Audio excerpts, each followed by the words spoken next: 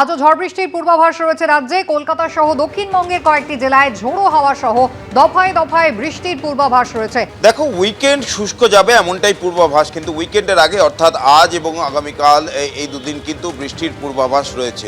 আগামীকাল থেকে বৃষ্টির পরিমাণ কমবে এমনটাই আশা জুগিয়েছে আলিপুর আবহাওয়া দপ্তর।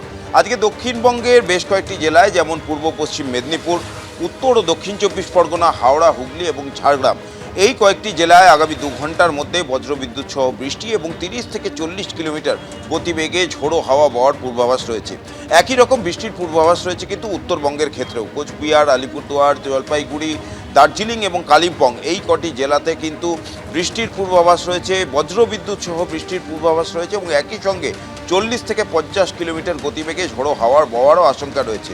এবং উত্তরবঙ্গে কমলা সতর্কতা জারি করা হয়েছে, দক্ষিণবঙ্গের জন্য হলুদ সতর্কতা। কিন্তু আলিপুর আবহাওয়া দপ্তরের তরফ থেকে বলা হয়েছে যে আগামীকাল থেকে এই পরিস্থিতির কিছুটা উন্নতি হবে।